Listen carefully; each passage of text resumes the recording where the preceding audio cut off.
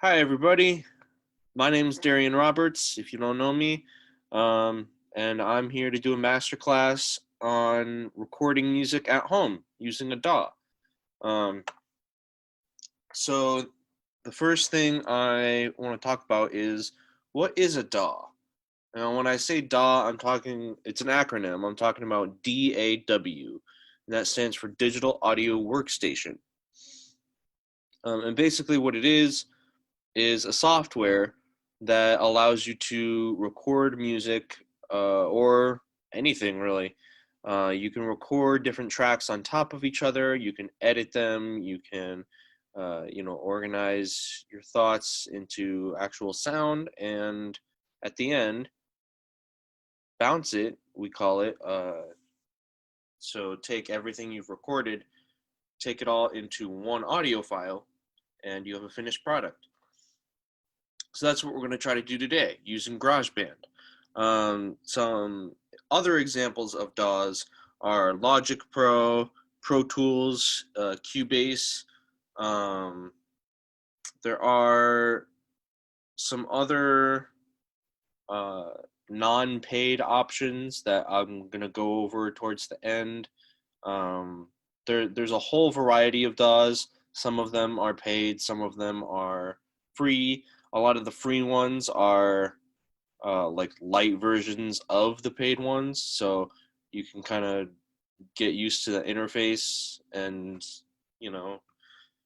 eventually, if you get the paid version, you'll be familiar with how it works. That being said, all DAWs kind of have the same tools. It's just a matter of knowing where they are in each individual DAW, in the DAW you're using. So I'm going to go ahead, share my screen for GarageBand. I have GarageBand opened up here. Now,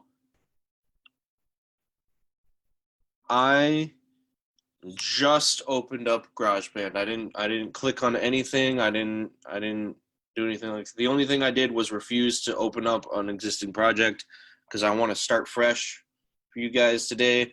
I want to start an empty project, so I'm going to click on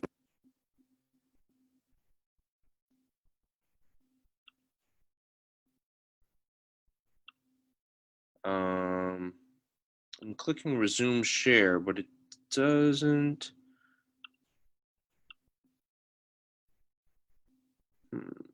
Oh, give me 1 second. I think it. Hey guys, it's Steve. If you have questions, put them in chat, and we'll unmute you as time permits. So hopefully you guys can now see my GarageBand window. So we got. I can't see what you can see. So, but it says it's sharing. So we have choose a track type here. Now let's go over the track types real quick. So I'm going to start with audio because that's probably the easiest to explain. So audio is basically just sound. You record a direct sound. So you use a microphone. You can use a computer's built-in microphone, a phone's. You can use it on a phone as well. Use the audio from that. So I'm actually not going to use an audio track. I'm going to use a software instrument track. Now, some DAWs do this a little bit differently. Some DAWs, like Pro Tools, uses MIDI track and instrument tracks. Logic kind of combines them into a software instrument track. So what is a software instrument track? Software instrument track, I'm going to go ahead and select it.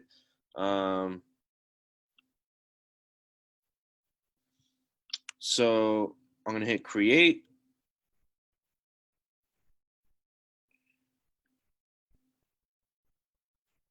And this is the main GarageBand window. And this, where it says classic electric piano, that's my software instrument track. And on the left here, I can select what instrument I want it to sound like. And GarageBand comes with a bunch of these sounds. So the instrument track basically takes MIDI and turns it into sound. So then that begs the question, what is MIDI? And this is a kind of a whole conversation in itself, but MIDI is basically musical information. So it's not sound, it's just data. Like if I'm playing a keyboard, a MIDI keyboard, and the MIDI goes into my computer, the MIDI itself is like, what key did I press? When did I press it? How long did I hold it for? How hard did I hit it? And it also includes things from controllers like knobs, buttons, faders, that kind of stuff. So all this data goes into the computer, and it doesn't really sound like anything unless you have an instrument track or something like it that actually converts it into sound. So I'm going to see if I have my interface here set up. I have my keyboard here on. I'm going to see if it's making any sound. Yeah, I don't know if you guys can hear that, but if you couldn't, you can see right about here, this little meter here, this sideways bar underneath the name Classic Electric Piano, that lit up green, and that's the level. That's how much, that's how loud the sound is coming through that track. So MIDI controllers, let's talk about those for a second. They're usually a keyboard type instrument, and they're just something that can create MIDI data. So it doesn't even have to be a keyboard. A lot of like DJs or producers and stuff use like pads, which are like little. They're usually squares that you press them, and they send a MIDI message. So there's all kinds of different MIDI controllers. They're usually keyboards, though. Some of you may have one and not even realize it, really. But if you do, great. A lot of keyboards have MIDI capability. So even if it's not like sold or advertised as a MIDI controller, it most likely has MIDI capabilities. Let's see, there's something in the chat here. Does this work if you were on the mobile app? If you are on the mobile app GarageBand, depending on your device, if you're using, well, I guess for GarageBand, you have to be using an iPhone of some sort. I believe there is a way to connect a MIDI controller to a mobile device. I think it requires a certain kind of connector. So you'd have to search online, or I don't know who else might have it, like a Best Buy or something. But you'd have to purchase a cable connector that is, if you have a new iPhone, like I have an iPhone here with the little lightning, not lightning, but the new kind of connector here. I say new, it's been around for a while. But you have to get a connector for the iPhone type, and on the other end, it'd have to be a USB. And that way you can connect your keyboard with a USB cable to that converter, that adapter, I should say. And then I believe you are able to send MIDI from your keyboard into the mobile version. So it is possible. So let's see. Virtual instruments is the next little topic here. So on the left, we've got all these virtual instrument options.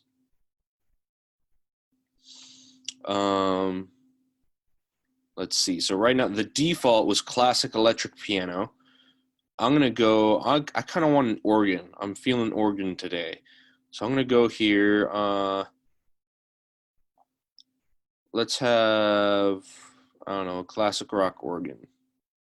And you see it changed my track to an organ sound. And down at the bottom, you have controls related to the instrument. So for organ, it would be drawbars, your chorus selection, your percussion, all that good stuff. Things that pertain to the instrument, they're going to show up on the bottom and let you tweak them.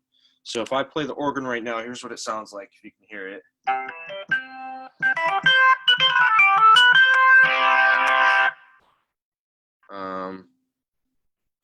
So let's see.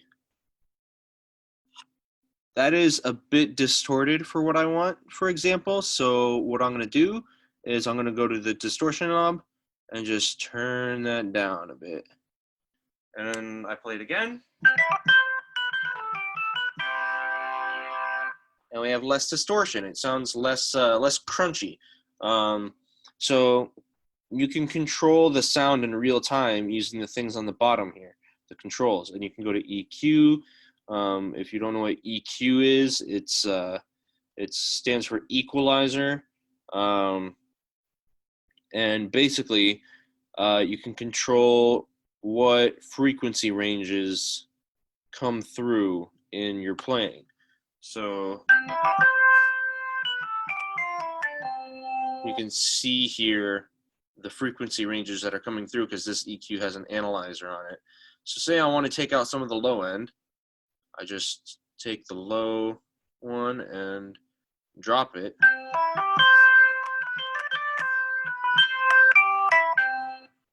And it drops out some of the low end. Sometimes it's usually a subtle difference, but let's see, how do I cancel that out? Okay, there we go.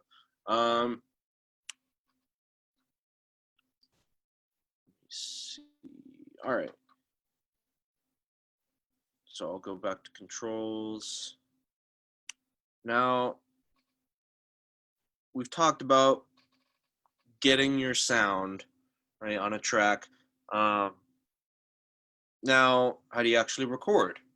How do you actually get a song that you want to release? So,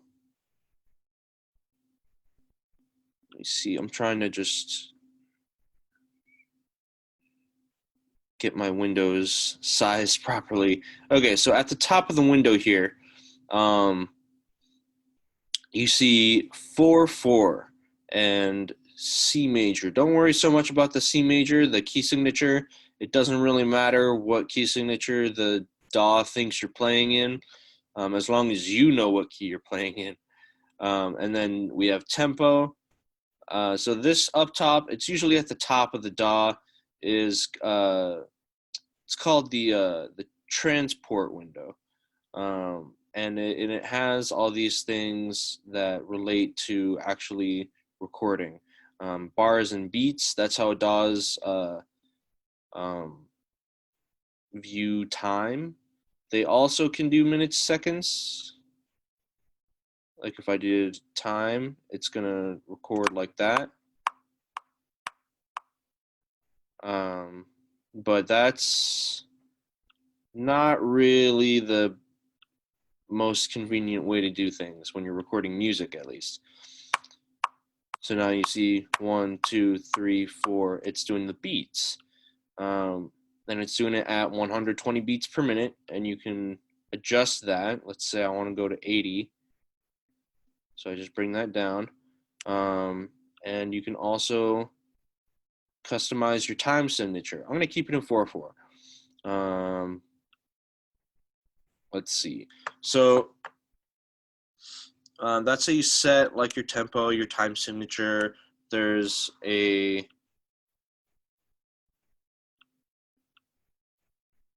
sorry, I gotta resize my windows again. This is there we go. Okay. That works nicely. So there's this little metronome icon here. If you turn that, if you toggle that, now when I play, there's no metronome sounding, and now there is. So that's how you turn your metronome on and off in GarageBand.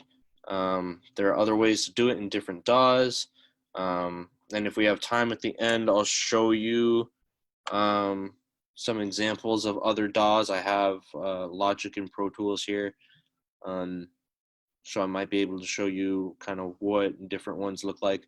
Logic is very similar to GarageBand. It's like the kind of the paid version of GarageBand, but it has a lot of extra stuff that you can do. It's really nice. So setting a loop, that's a cool thing that GarageBand can do really easily. You see how here where it has the measures, it has 1 and 3. If I zoom in by like using my 2 fingers to kind of do that on the mouse pad, or if you're on an iPhone, you can do that on your iPhone screen, zoom in like that. It'll show me more numbers, and you can see this kind of gray area. If I click on that, it'll become yellow. And what this does, I'm just going to play from here.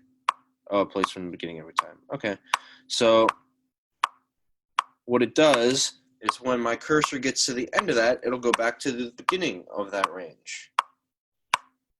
Yep, there we go. And I can actually adjust it. So say I want to loop just measures 3 and 4. It won't go back to 1, it'll go back to 3 because that's where I've set the beginning of the loop. Now if I turn it off, it'll just go from wherever it's set to. But not really useful if you want to like hear a certain part of the song and just that section of the song, so you can tweak some things. Like for instance, you know how in the virtual instrument I tweaked the distortion. Now, after you've recorded some MIDI, you can still go back and tweak your instrument. So say you record something and you're like, I think there's too much reverb on that instrument. It sounds too like it's in a cathedral hall, and I want it to sound like it's in a small room. You can adjust that after you record it. So if you record it and you don't like the sound of what it is, don't worry. You can go back, change it, and you don't have to redo your recording. That's the beauty of MIDI. With audio, you can't really do that so much. If you're recording like your voice and you're recording like yourself singing, once you record that audio, it's more difficult to change. But with MIDI, you can record it, you can adjust it, you can even go in and adjust the MIDI data, which I'll show you in just a second. So next thing I have on my agenda here is making a song. So at School of Rock, the main instruments that we kind of focus on are, we got keys, guitar, bass, vocals, and drums. So we're gonna do every one of those except for vocals, because I don't have like a microphone set up right now, but we can record everything else with MIDI. Voice, you can't really use MIDI to record a voice. That's just audio. You got to record audio for that. But for that, you would just select audio track when you're selecting a new track, which you can do from here. And you select an audio if you want to do your guitar or bass or something that you're recording into an interface, you can do that. Or if you're recording your voice with a microphone or something, you can do this one. I'll come back to doing a new track later.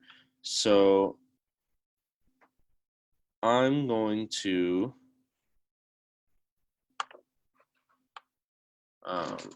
record just a little bit.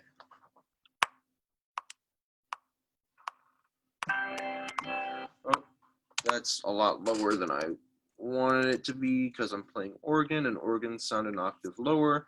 So let me try that again.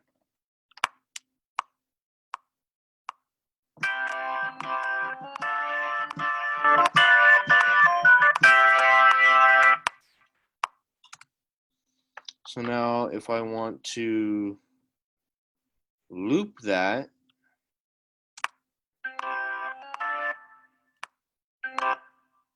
why is that not playing the first notes? Because the first notes actually came in before before beat one. And that was my bad. That was just me playing it early. So I'm going to adjust that a little bit and see, this is what I mean by adjusting MIDI. You can go in and change these things.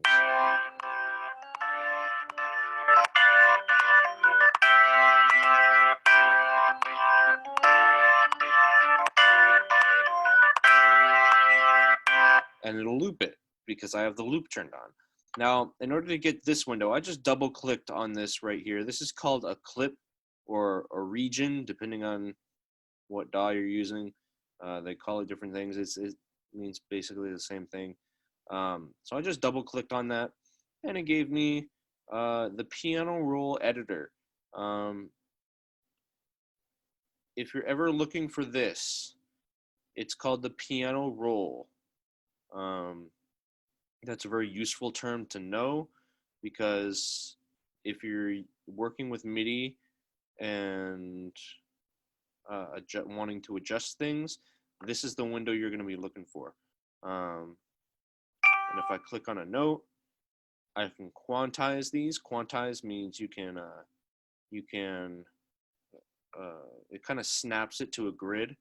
So if you're playing it and you want it to be like 16th notes, but you're playing it a little bit off and it's a little not quite 16th notes, you can quantize it and it'll automatically move things so that the MIDI notes go to the nearest 16th note or whatever note you choose here.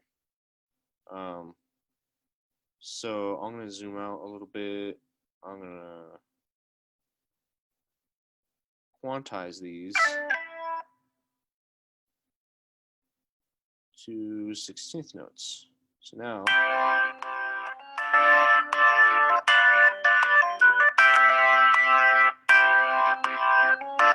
yeah, now that's quantized so that it's perfectly in time. You don't always have to do this. In fact, a lot of people will argue that it makes things sound machine-like, which sometimes you want, sometimes you don't. It's a matter of a bunch of things. Personal taste, genre is important when doing that. Just a lot of factors that go into whether or not you actually want to quantize your music and how you performed it when you recorded it. Like if you play it and it's definitely not what you wanted, you can adjust things. But if you played it pretty spot on, then maybe you don't have to quantize it, and it still sounds good.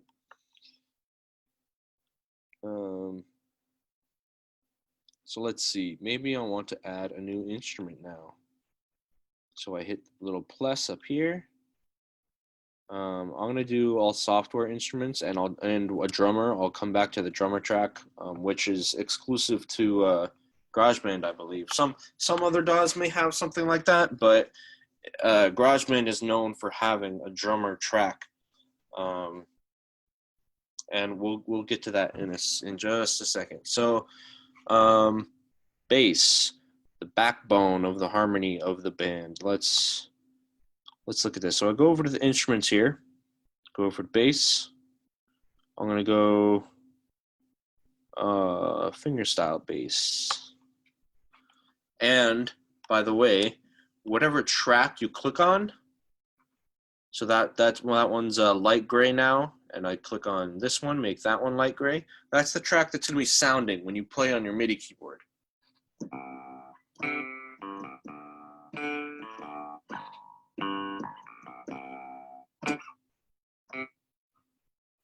So let's see if I want to record. Let's see. Let's add some fuzz just because we can.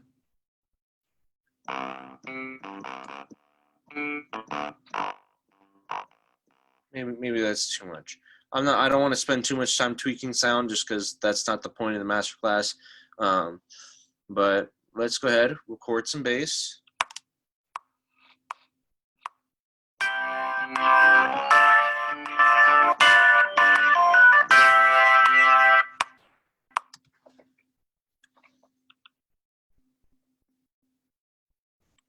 I can hit Command A to, if I'm on a computer, to easily select all the notes. I'm going to quantize that just because it's a quick way to do things, and I know we only have an hour, so it's kind of time sensitive right now. Oh, go back to the beginning. I want to hear it.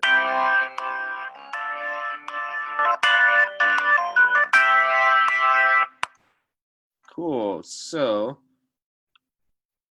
let's add some guitar. So guitar software instrument sounds are infamous for not being very realistic, fair warning.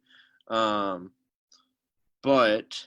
that being said, sometimes it's all you got. So sometimes you got to work with it. And sometimes you don't have a guitar. Sometimes you don't know how to play guitar, or at least not as well as you would like. So it just depends on what the situation is. If you have a guitar player, if you are a guitar player, but if the answer is no, then you resort to software instruments or virtual instruments. I'm gonna go with a classic clean. See how that sounds.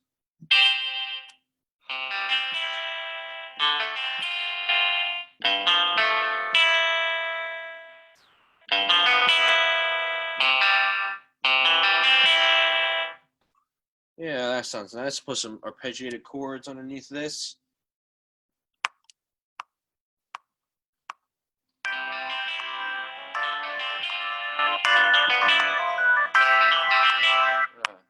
I messed that up a little bit, so I'm gonna re-record it. Get rid of that.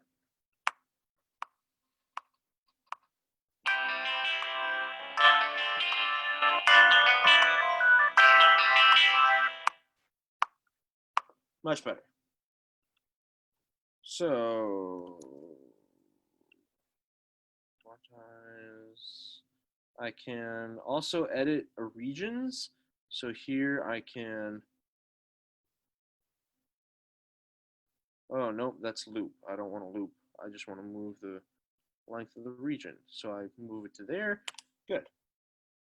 GarageBand has this function where if you do this, it'll automatically kind of make a loop of the region. That way you don't have to use the loop function, because the loop function will loop everything. But this way you can loop just one track. So if we go to the beginning,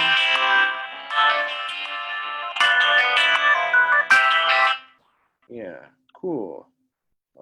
Just checking chat real quick. Okay, cool. So we don't have anything right now. So let's keep moving along. So this time I'm gonna go create a track. I'm gonna create a drummer track. Now I told you I would come back to this. Now we're coming back to this. I'm gonna create it. So drummer track. Like I said, not all DAWs have this. It's kind of unique. It's basically a kind of a a virtual drummer that will play on its own. It'll just play a beat, you know. So if you want to make your own beat, you kind of have to use a virtual instrument or a software instrument and get a drum sound and then enter in the MIDI or play the MIDI if you know where the drum sounds are on your keyboard. But with the drummer track, it will generate its own beat depending on the parameters you give it. And it has these different drummers that are better for different styles. I'm going to keep with pop rock. We got kind of a pop rock feel going on. So if I leave it at default, this is kind of what we get.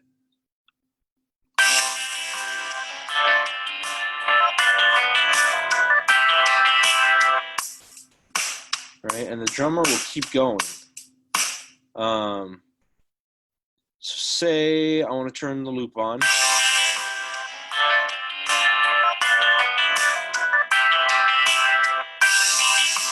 Now I want to adjust a little bit.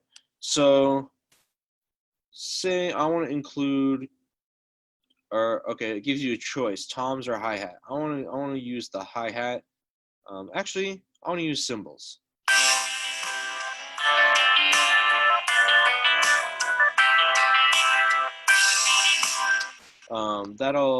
That'll make it so that generally the drummer kind of favors the ride cymbal and the crash on the downbeats. Then we got kick and snare. You can set like half time or double time, that kind of thing. Cymbals, you can kind of choose how much they use it.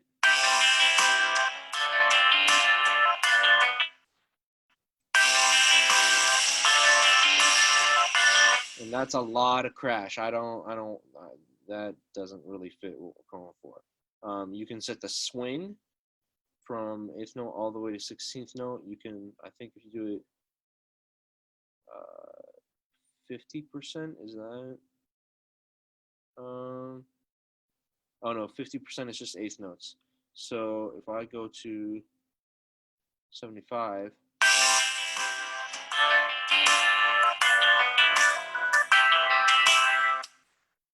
yeah, it'll kind of swing it depending on how much you say you want it done. I want some fills in there, so I'm going to turn up the fills knob.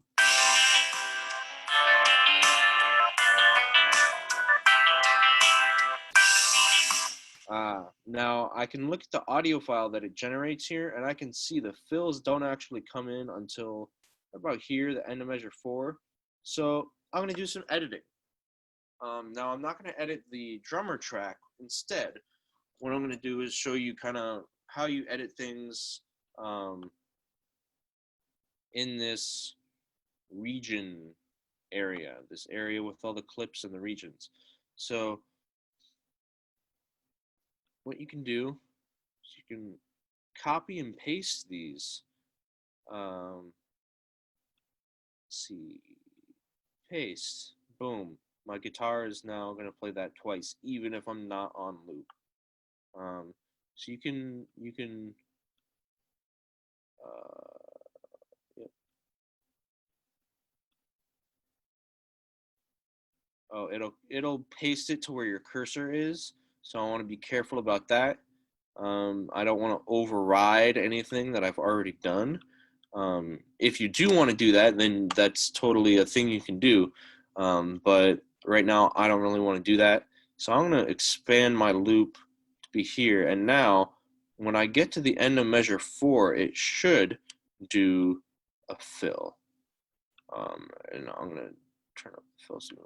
If I turn up the fills even more, I'll get a fill at the end of measure 2 as well. But I don't want crazy amount of fills. I just want like a fill to bring me into the next phrase, you know?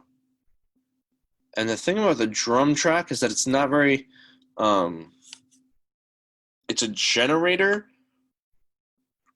Excuse me. So it's not going to be consistent every time with what it, like, if you bring the fills all the way down and then back, to where they were, it may not give you the same effect.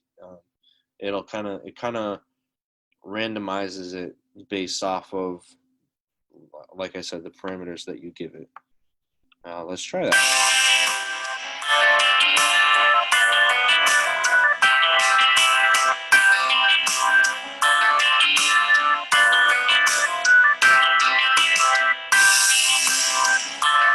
Yeah, and it'll loop.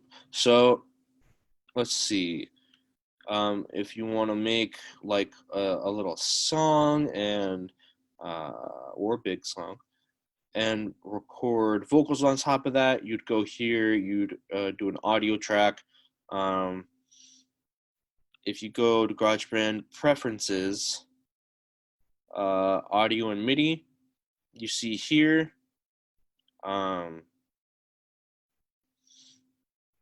My output device right now is my computer. My input device is Pro Tools Aggregate I/O. So basically my computer. So one thing I want to warn you guys about. Let's see, how much time do we have? Yeah, okay. So if you have an audio track, and actually I'll show you guys what this looks like. If I have an audio track, and I can move that around if I want. So you see the level here. That's because I'm talking and my computer's picking it up. Now,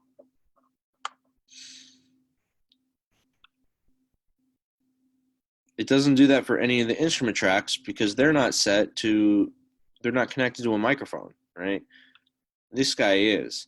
Now, it looks like GarageBand automatically protects you from this bad thing happening, but this bad thing is feedback. And in the context of a DAW, we don't want feedback. We don't want that.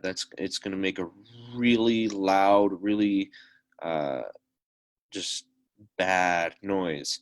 And how it happens is usually it's because of a thing called input monitoring. And what happens is that you turn input monitoring on, and okay, yep, down here, monitoring.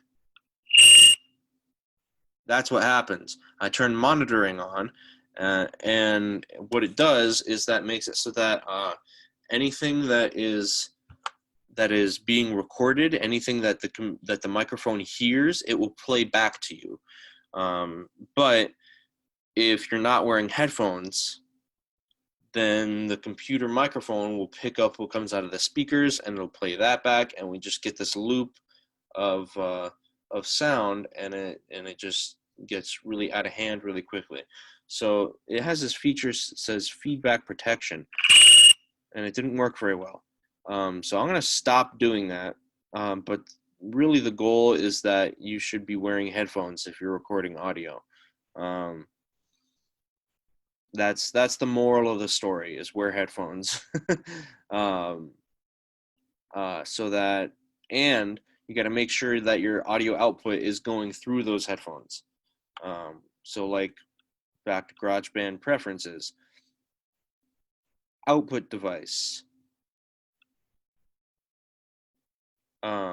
If you're using headphones, it'll be like your built-in whatever. Like if I'm on my computer, I'm gonna have my built-in output, so it's going through the computer output, and then put headphones into my computer. Let's see. Oh, I thought there was something in chat. There's not. Okay, cool. So,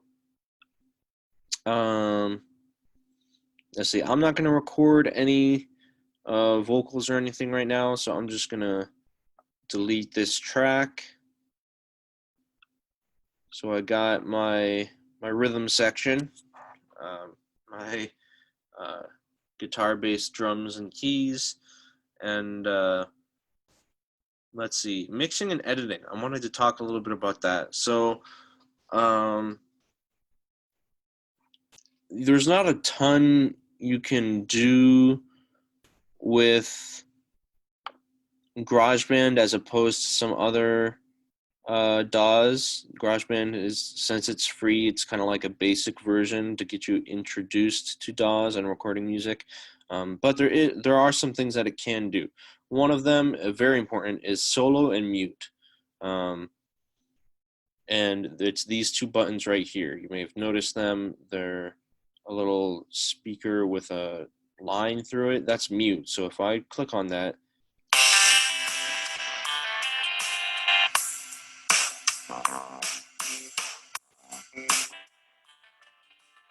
you'll notice that if I click on that, it'll mute that track. It'll make it so that that track does not sound as long as that button is pressed. Solo is the exact opposite. If I hit solo, it'll mute everything else.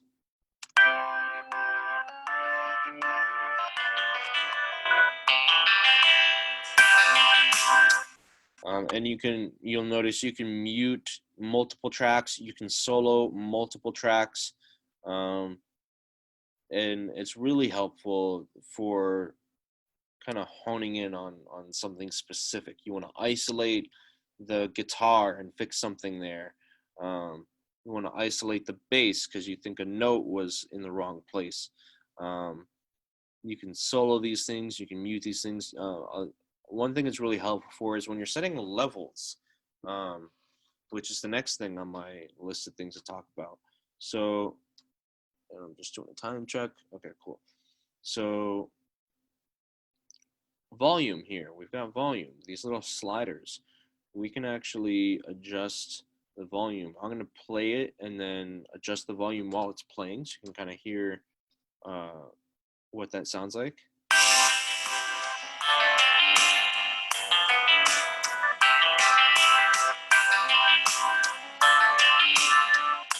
Now, I think maybe the organ is a bit too loud, so I bring it down a little bit.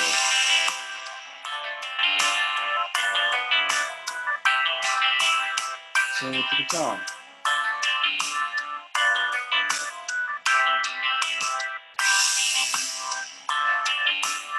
So now I have a very basic mix of these four instruments, and then what is this little knob right here? This is called pan.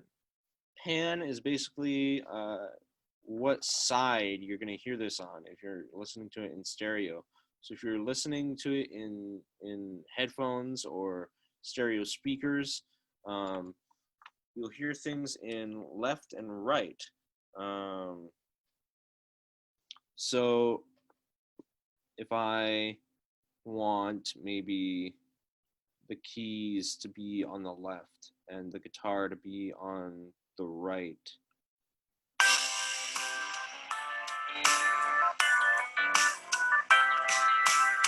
you probably can't hear a difference right now because you may be listening on like a phone speaker or computer speaker or something.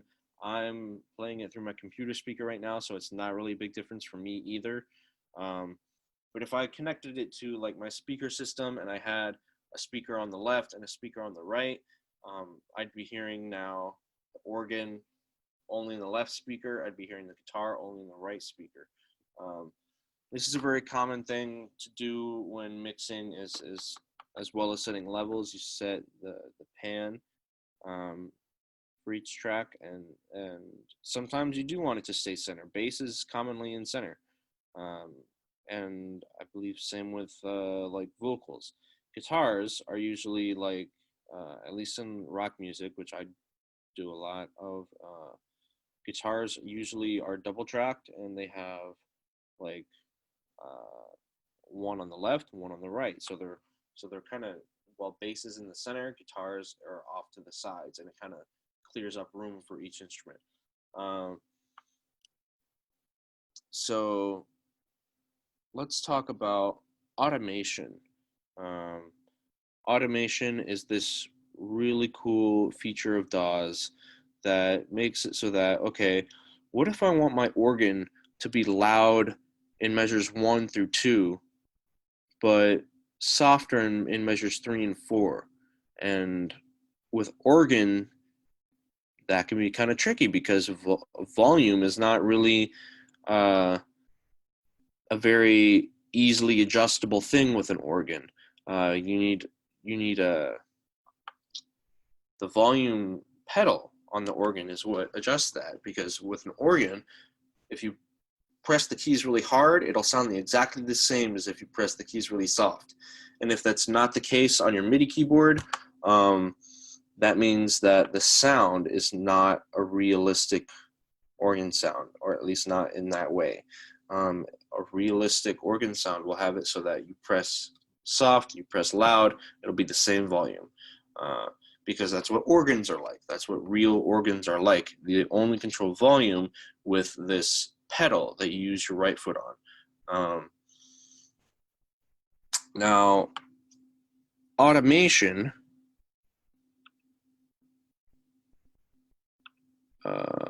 Let's see.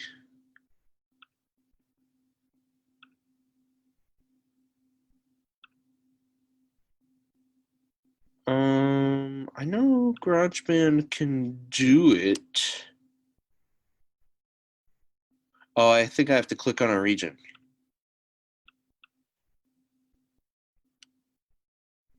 Yeah, right here. This little guy, show hide automation. So down here, you see all the note velocities, or how hard I press the keys of these notes. Now I can automate all these different things, right? Note velocity, pitch bend, sustain pedal, volume, and these are things with the actual instrument itself, so I can automate the distortion, so I make it more distorted in some places than others. I'm going to go with volume. If I hold down command, I can make little adjustments here. So let's say I want like louder for these two bars and softer for these two bars. Once I get to measure 3, it'll read this automation and it'll drop the volume down. Watch the level.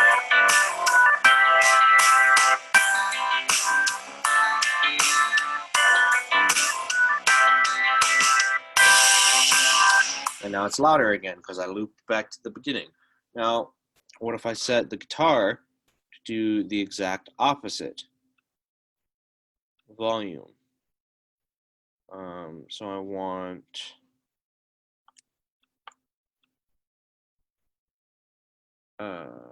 softer at the beginning.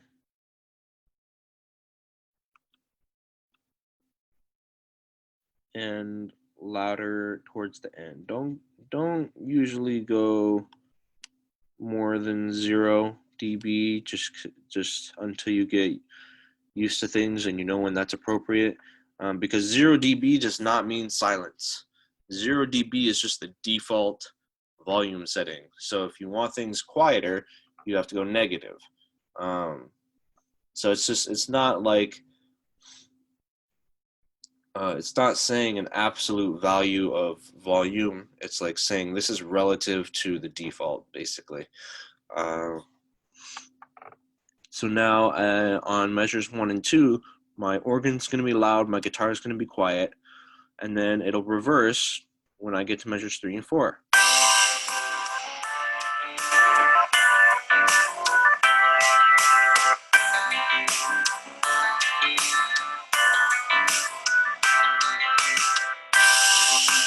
And then it'll repeat. So let's see, we're almost out of time here. That's almost everything I wanted to talk about. There's one more thing, which should be a quick thing, is bouncing.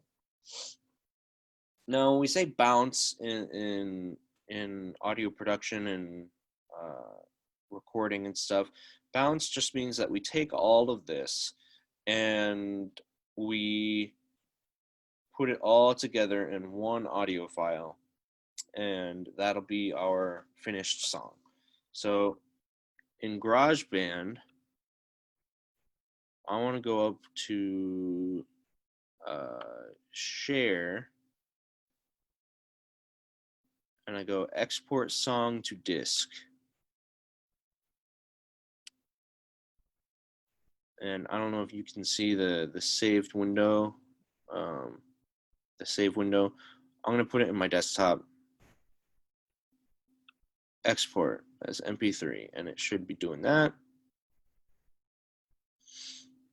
And it just did the whole session, even though I had the loop set here. It did like so. I'll hear the part with the instruments, and then this rest of it with the drum track. But you can adjust that. A lot of DAWs let you bounce a certain selection of the song, so you can highlight like measures 1 through 4, like I did, and bounce just that. But yeah, that's how you bounce a song in GarageBand.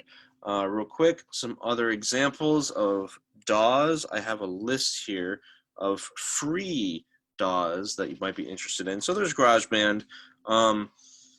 This list has Audacity. I don't really recommend using Audacity for recording music. There's not really a bars beats. Like it's not as good in my opinion as some of these other things when you're dealing with music. Pro Tools First looks like there's an edition of Pro Tools that's free. Cubase LE, the light edition of Cubase. So these are like free versions of paid DAWs. Cakewalk is another one. PreSonus Studio One Prime, Ableton Live Lite, and Stage Lite are all examples of free DAWs according to this. And yeah, and you can do exactly what I did. Just do a quick Google search and say, hey, and it might differ for Mac and PC as well. So Google, hey, for my type of computer, what's a free DAW I can start using? If you're on a Mac device or an iPhone or something like that, GarageBand, you can get on all of those. If you're on like an Android or a PC, you might need to look up specifically for Windows what DAWs are available to me. So that's about it. That's all we have time for. I covered everything I wanted to cover. Let's stop the share, go back to Zoom. There we go. All right, thank you guys all so much for coming. If you have any last questions, now is the time.